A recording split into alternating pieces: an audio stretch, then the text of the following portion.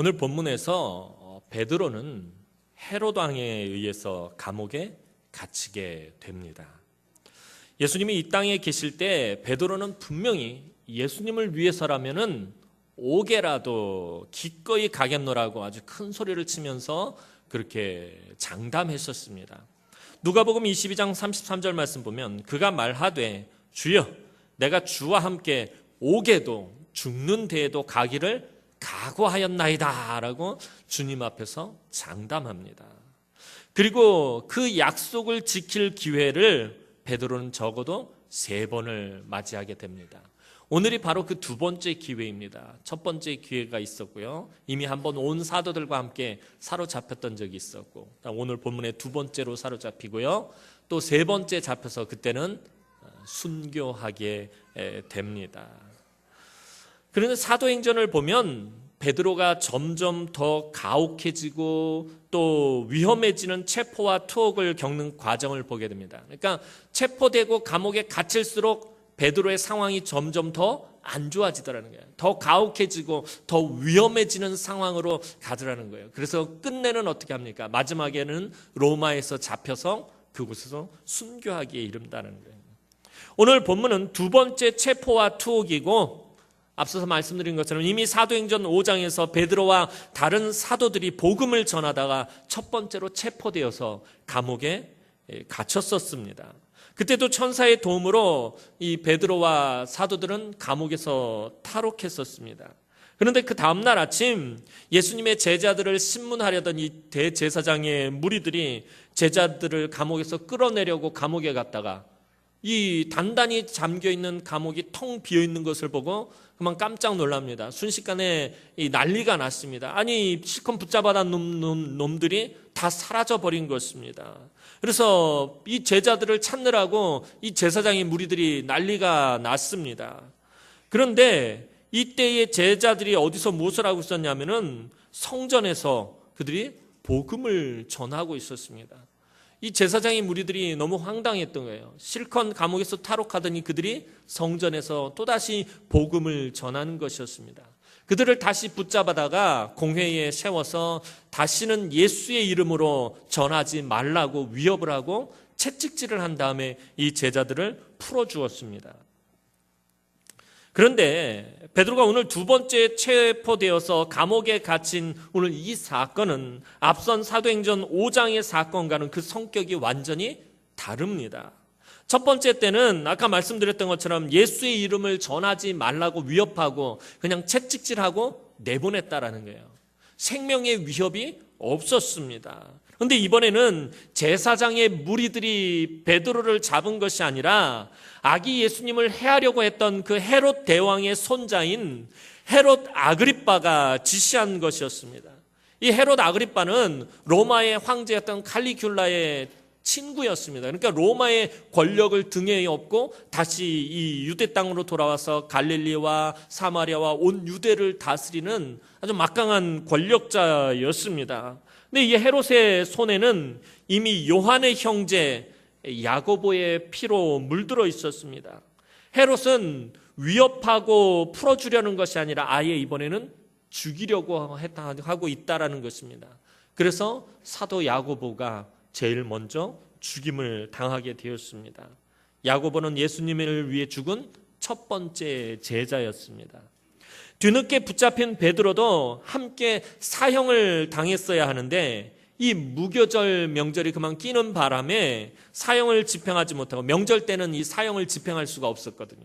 사형을 집행하지 못하고 명절이 끝나면 사형을 집행하기 위해서 베드로를 감옥에 가두어 두었습니다.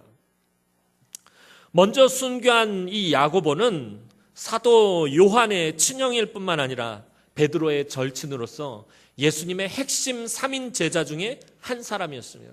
예수님이 어디를 가든지 꼭 데리고 다니시던 3명의 제자가 있었어요. 베드로, 야고보, 요한, 이 3명이었습니다. 그러니까 예수님 최측근에서 가장 예수님과 가까이 있었던 친밀했던 제자 중에 한 사람이 바로 오늘 순교한 야고보 사도였습니다. 그런 야고보가 칼로 비참하게 죽임을 당하는 것을 목격한 베드로는 이 두려움 속에서 사형이 집행되기 전날 밤을 감옥에서 보내고 있었을 것입니다. 베드로는 분명히 몇 시간 전만 하더라도 이 야고보와 함께 열심히 복음을 전했었습니다. 그런 야고보의 비참한 죽음을 목격해야만 했고 내일 아침이면 자신도 야고보의 뒤를 따라서 칼로 죽임을 당하게 될 것입니다. 사형을 앞둔 베드로의 마음이 어떠했겠을까? 여러분이 만약 베드로라면 이 날이 밝으면 사형장에서 목이 잘려 죽게 될 것인데 그 밤 심정이 어떠하겠습니까?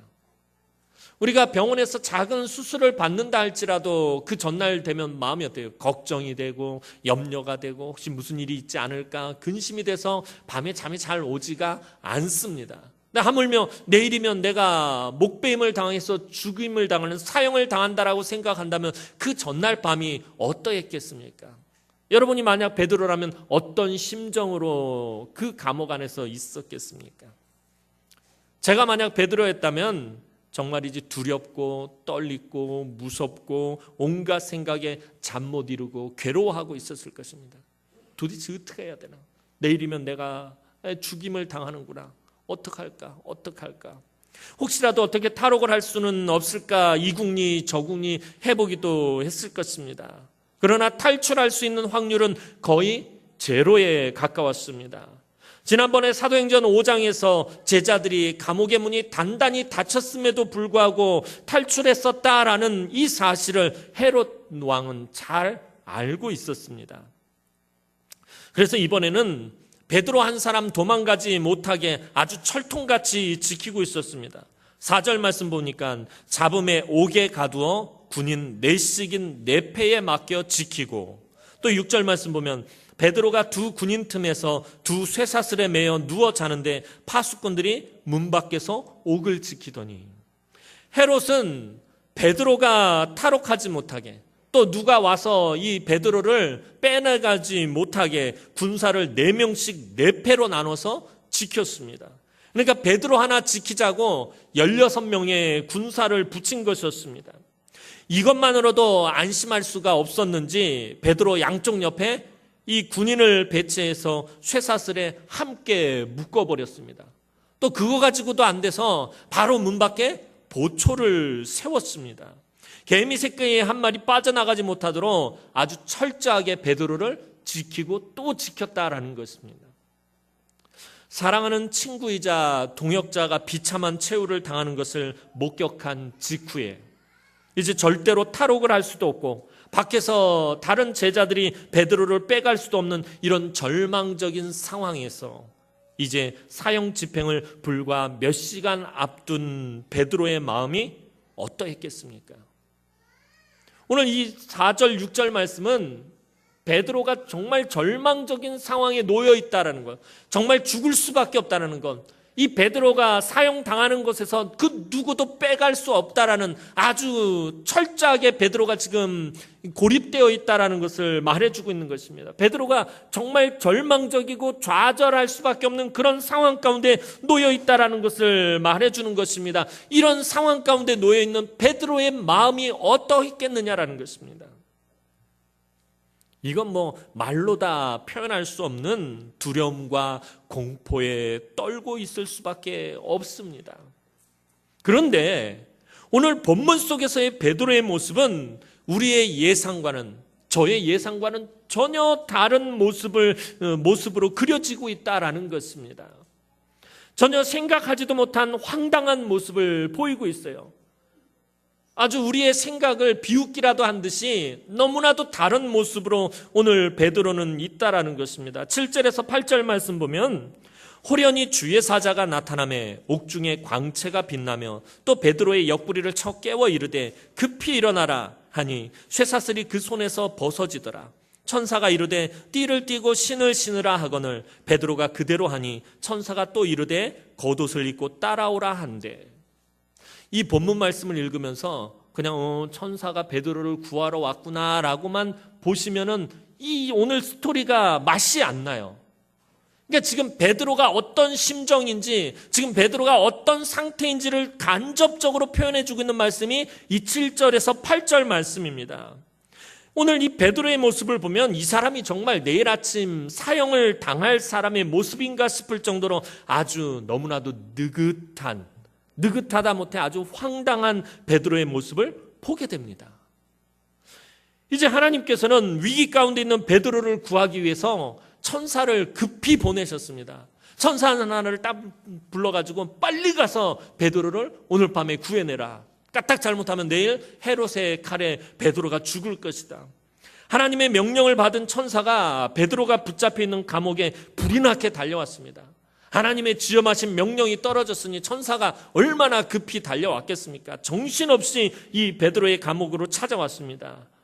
그런데 이 급한 천사와는 달리 베드로는 너무 깊이 잠들어 있었다라는 것입니다.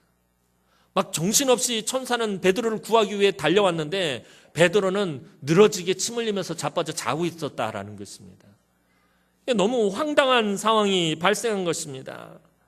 얼마나 느긋하게 자고 있었는지 아무리 천사가 깨우려고 해도 깨어나지가 않는 것이에요. 우리는 잠을 좀만 자다가 누가 방에 불만 켜도 눈부셔가지고 불 꺼 막 이럴 텐데 천사가 나타나면서 광명의 빛을 환하게 비췄어요.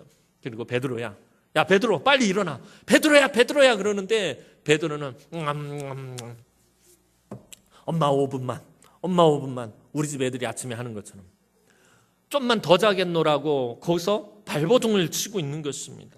천사가 얼마나 황당했겠습니까? 그래서 천사가 어떻게 합니까? 냅다 베드로의 옆구리를 발로 걷어찹니다. 이 자식아 빨리 일어나 이러면서 발로 퍽 걷어찹니다.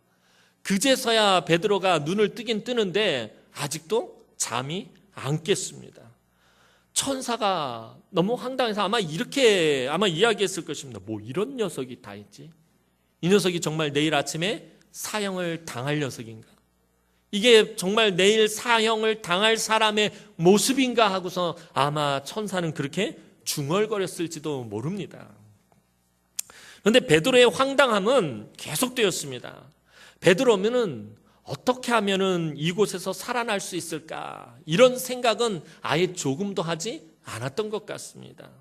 아까 제가 말씀드린 그 7절, 8절 말씀을 잘 살펴보면 베드로의 상태를 그의 마음의 상태를 알 수 있었다라고 하는 게 뭐냐면 이 베드로를 데리고 가기 위해서 천사가 한 말이 뭐냐면 너 빨리 신을 신고 띠를 띠고 겉옷을 입어라라고 말합니다. 내일이면 사형을 당할 사람이 어떻게 하고 지금 자고 있는 것입니까? 신발도 벗어서 한 켠에 잘 두고 양말도 벗어서 또 한 곳에 잘 개놓고 허리띠도 풀고 겉옷도 벗어서 머리맡에 두고 최대한 잠을 아주 편하게 자려고 노력한 흔적만 보인다라는 거예요. 이게 내일 사형당해가지고 막 걱정과 근심과 염려와 괴로움에 사로잡혀서 막 그러다가 몸부림치다 잠든 사람의 모습이 아니에요. 평상시 집에서 그냥 편하게 자는 사람처럼 신발 벗어서 한켠에 잘 놓고 또 허리띠도 풀러서 놓고 겉옷도 벗어서 놓고 자리를 잘 만들어서 내가 오늘 하면 어떻게 하면 좀 편안하게 잘까 그래서 그러고선 디비져 누워가지고선 자고 있는 이런 이 베드로의 모습이었다라는 것입니다. 그리고는 두 군인 사이에서 아주 맘 편하게 코까지 골면서 늘어지게 잠을 자고 있었던 거죠. 천사가 아무리 깨워도 일어나지 않을 정도로 얼마나 편하게 잠이 들었는지 깨질 않는 거예요, 도무지. 이것이 우리의 예상을 깬 사형을 당하기 전날 베드로의 황당한 모습이었다라는 거예요.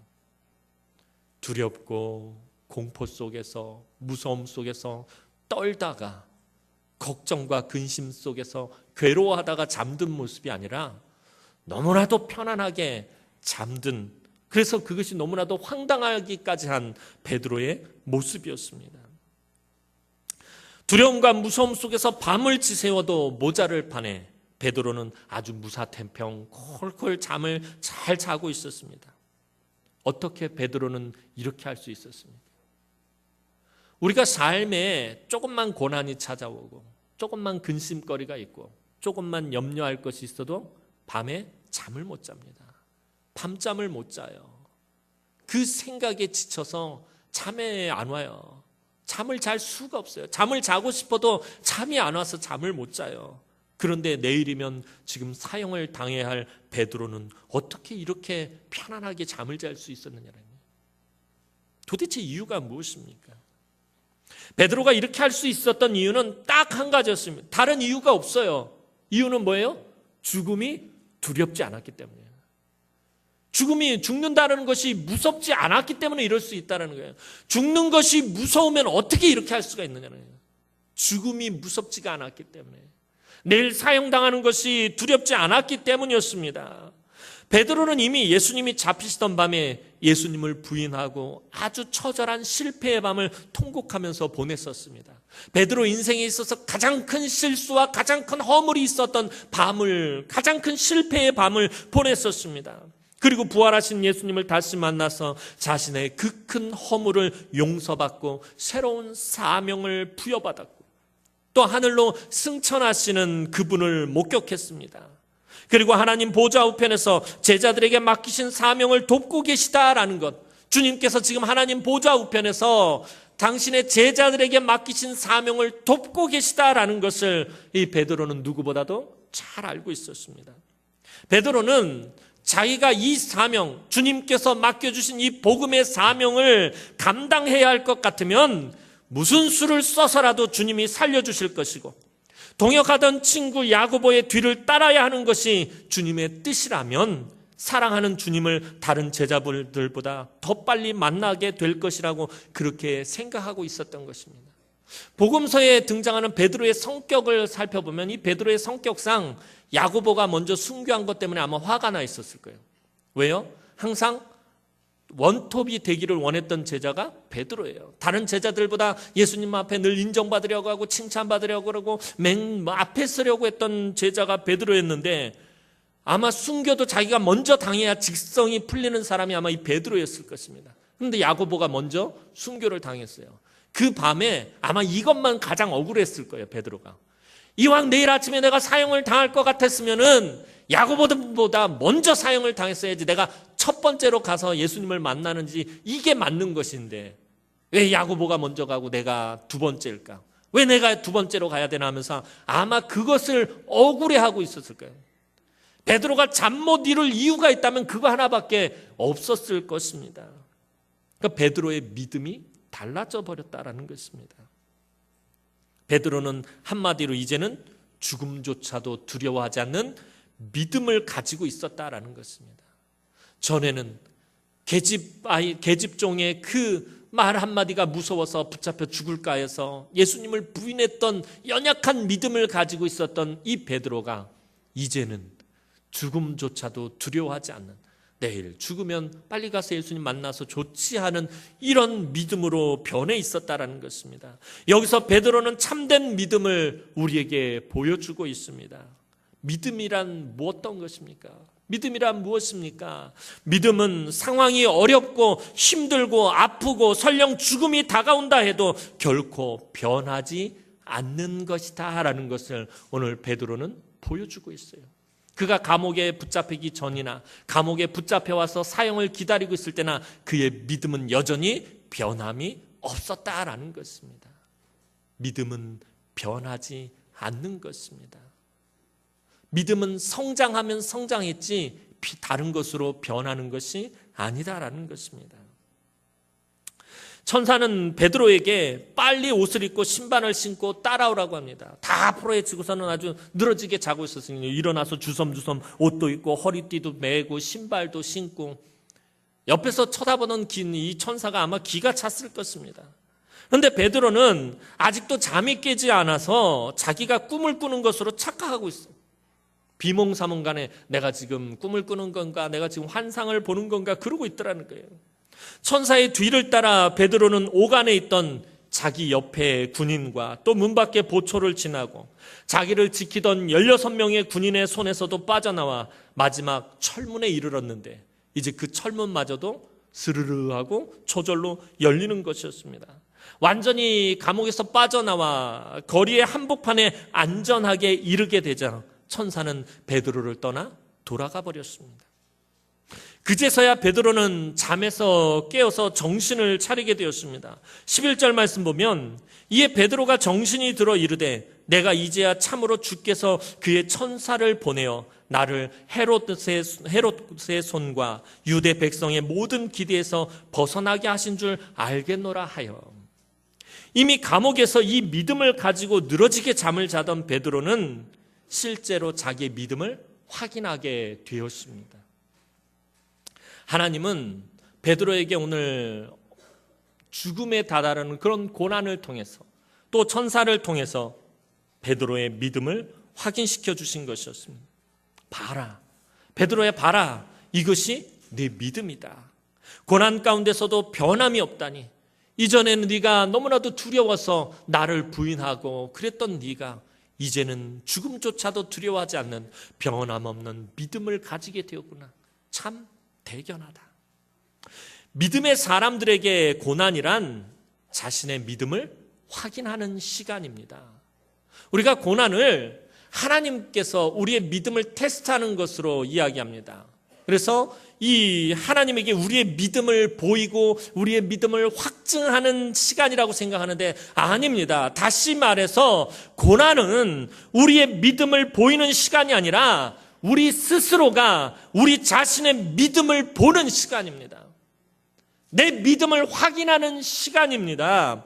우리가 어떤 믿음을 가지고 있는지 하나님께서 모르시겠습니까? 내가 어떤 믿음을 가지고 지금 신앙생활하고 있는지, 내가 어떤 믿음의 상태에 있는지, 나의 영성이 어느 수준에 와 있는지, 나의 믿음이 어느 정도 성장했는지 하나님이 모르시겠느냐라는 거예요. 온 우주 만물을 창조하시고 이 온 우주보다도 더 광대하신 하나님께서 우리의 믿음조차도 모르시겠느냐라는 거예요. 그래서 그걸 확인하자고 맨날 우리에게 고난을 주시고 우리를 테스트하시고 우리에게 시험을 주셔서 그것을 성적을 매기시겠느냐는 거예요. 아니에요. 하나님 누구보다도 우리의 믿음의 상태와 우리의 믿음을 잘 알고 계십니다. 우리가 어떤 믿음을 가지고 있는지, 우리가 실패할 것인지 극복할 것인지, 우리가 연약한 믿음을 가지고 있는지 아니면 그전보다 더 성장한 믿음을 가지고 있는지 하나님 이미 다 알고 계십니다. 그러나 하나님께서 그럼에도 우리에게 고난을 주시는 것은 이 고난을 통해서 우리들 스스로가 우리의 믿음을 보게 하시는 것입니다. 아, 이게 내 믿음이구나. 고난을 하나 겪고 나면 우리가 우리의 믿음을 정직하게 볼 수 있는 거예요. 내 믿음의 수준을 비로소 알게 되는 거예요.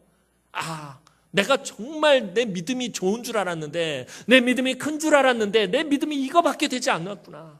아, 이게 내 믿음이구나. 그래서 우리가 하나님만을 붙잡을 수밖에 없다는 것을 확인시켜 주시는 것입니다. 하나님께서요, 우리에게 주시는 것은, 제가 오늘은 좀 냉정하고 좀 신랄하게 얘기를 할게요. 하나님께서 우리에게 주시는 건 거저 주시는 게 없어요. 딱 하나 빼고는 우리의 믿음으로 구원을 얻는 그 구원의 은혜 외에는 하나님께서 거저 주시는 게 없어요. 오직 구원의 은혜만 하나님께서 값없이 선물로 저와 여러분들에게 주시는 것이에요. 그러나 그 외의 것은 다 대가를 치러야 된다는 거예요. 성경 분명히 말하고 있어요. 너희가 심는 대로 거두리라. 네 손이 수고한 대로 먹으리라. 성경 분명히 말하고 있다는 거예요. 여러분들 은혜를 받고 복을 받고 능력을 받고 하나님의 놀라운 일들을 행하고 또 교회가 부흥하고 성장하는 모든 것에는 그에 따른 대가가 있어야 된다는 거예요. 이거는 값없이 거저 주시지 않아요. 여러분들의 땀 흘림과 수고와 헌신이 있어야만 주어지는 것이다라는 거예요. 하나님께서 우리에게 은혜를 주시고 복을 주시고 능력을 주실 때는 항상 대가를 치르게 하시는데 그 대가가 뭐냐면 고난이라는 대가를 치르게 하셔요. 저와 여러분들이 예수 그리스도를 구주로 영접하고 예수를 믿기로 한 그 순간부터 저와 여러분들은 하나님과 약속한 것이 있어요. 그것이 뭐냐면 주님의 십자가의 길을 따라가겠다라는 거예요.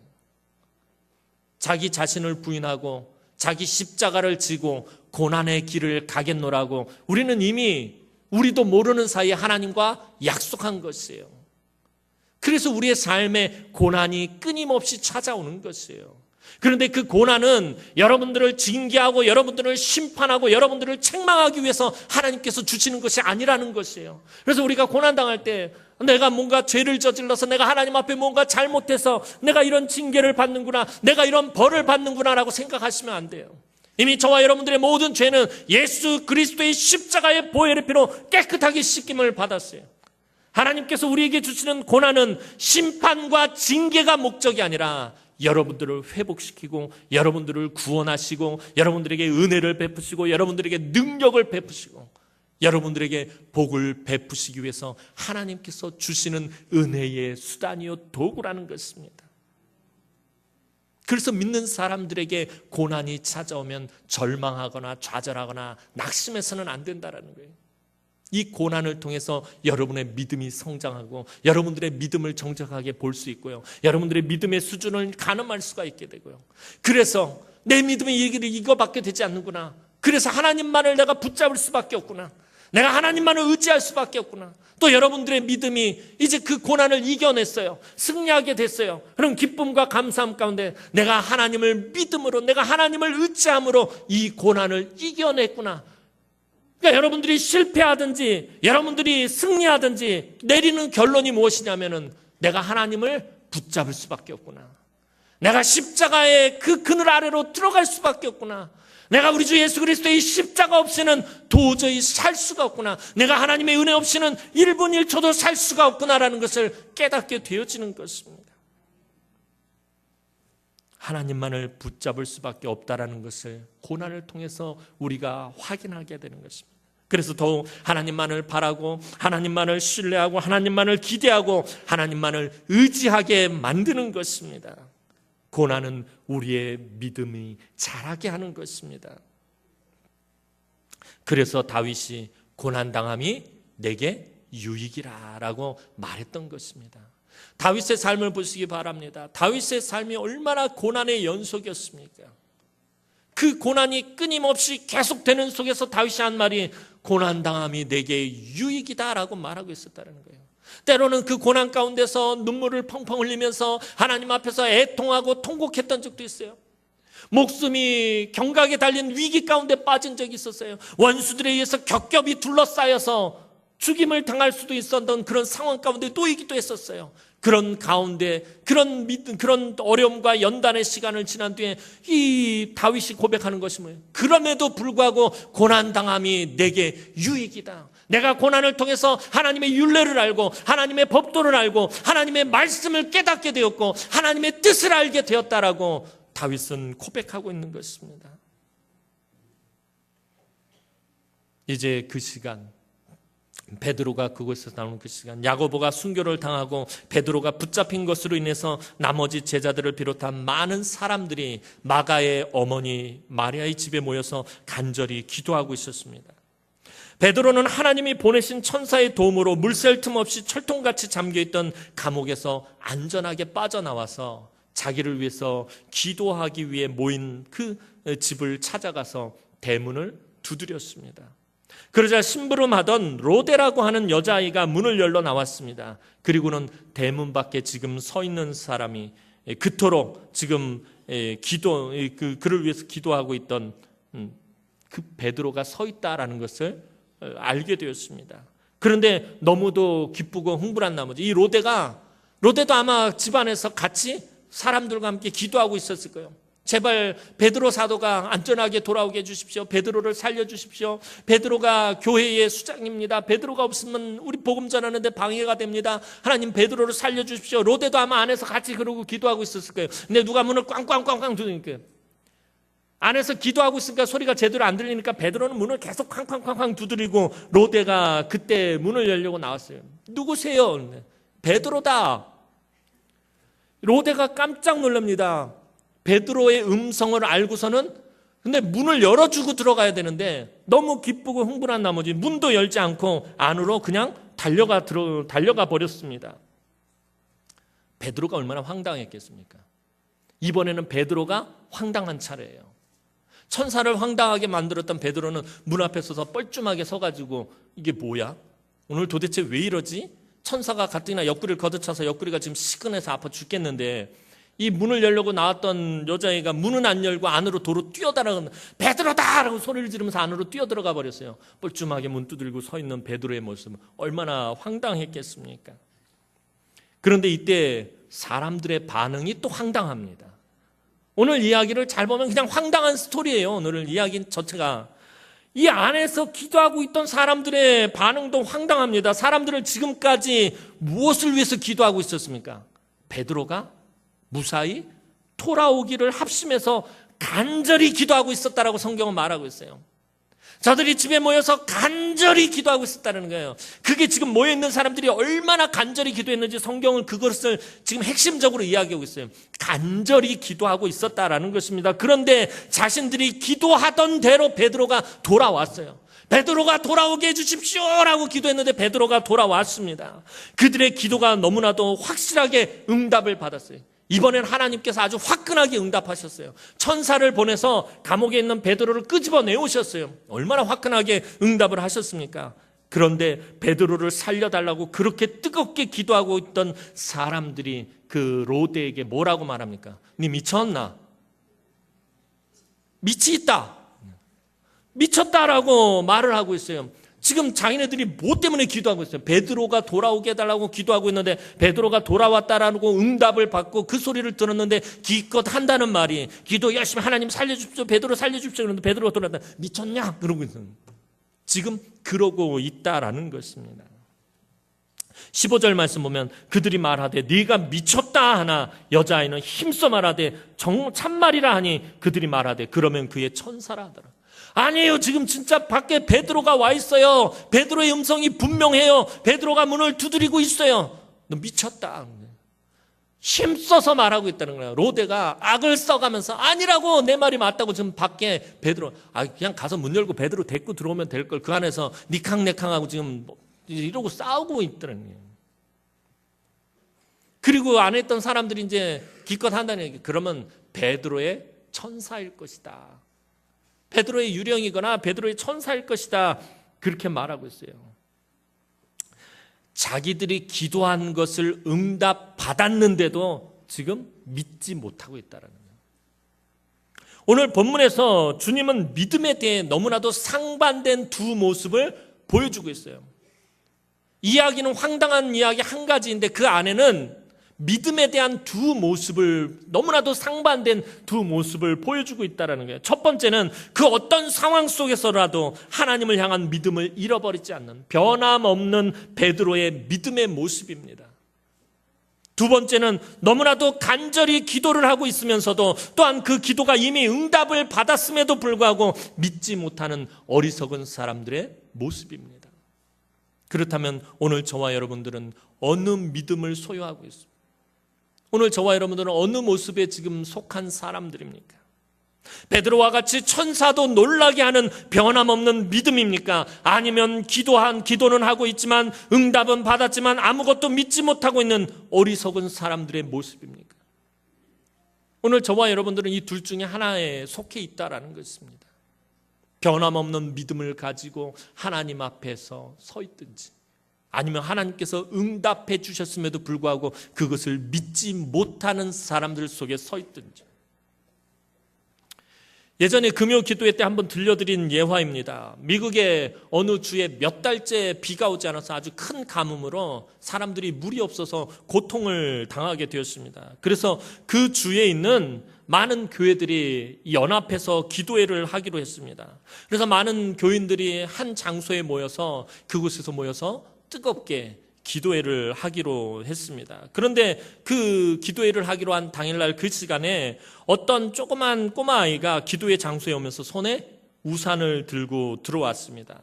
그러자 어른들이 얘야, 지금 비가 오지 않아서 이토록 어려운 가운데 있는데 지금 하늘을 봐라, 어디 비가 온다고 네가 지금 손에 우산을 들고 온 게냐 하면서 철없다고 그 아이에게 핀잔을 주었습니다.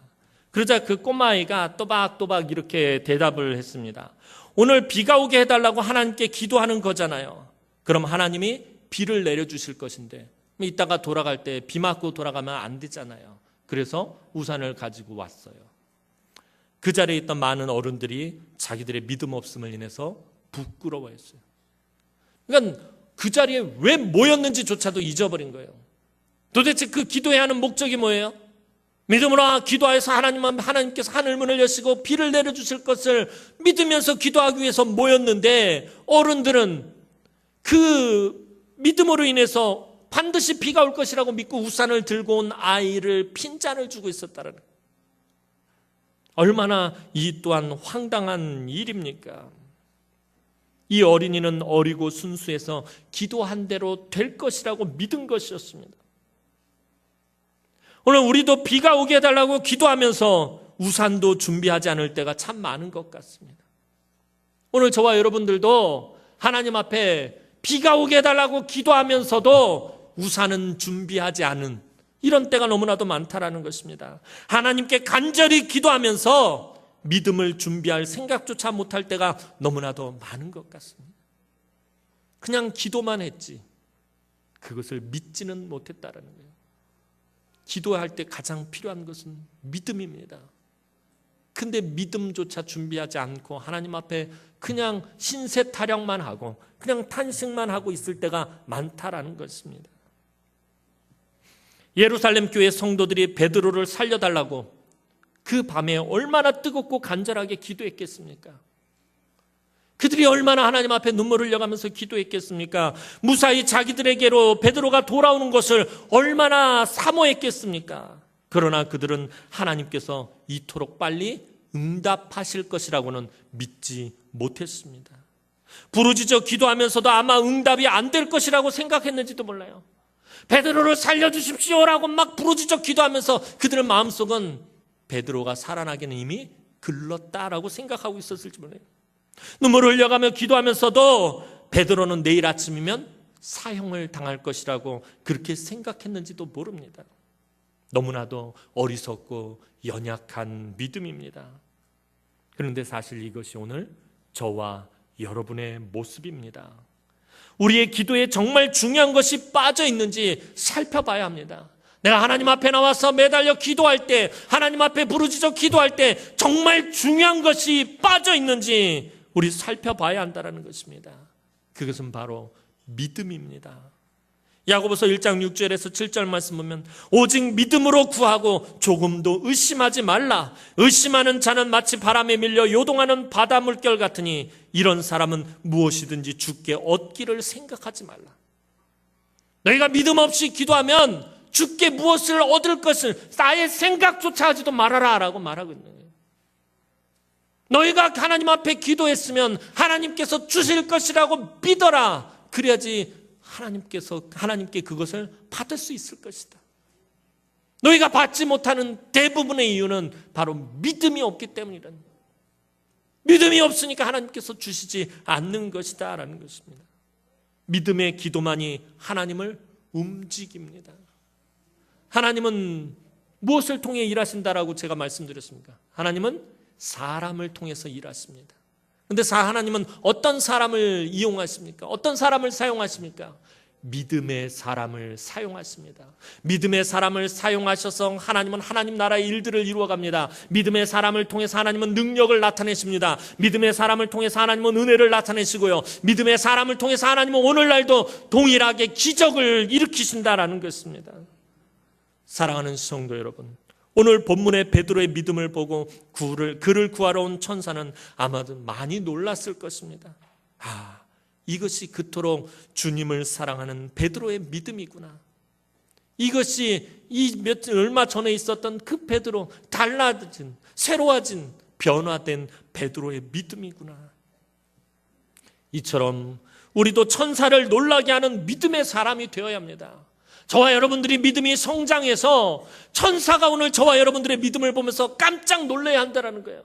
천사도 놀랄 만한 그런 믿음의 사람이 되어야 합니다. 그 어떤 상황이라도 변하지 않는 믿음의 사람이 되어야 합니다. 아무리 불같은 시험과 환난과 고난이 찾아와도 이겨낼 수 있는 정금과 같은 믿음의 사람이 되어야 합니다. 7배나 뜨거운 풀무불 앞에서 다니엘의 세 친구들이 말합니다. 왕이여, 우리가 섬기는 하나님이 계시다면 우리를 맹렬히 타는 풀무불 가운데서 능히 건져내시겠고 왕의 손에서도 건져내시리이다.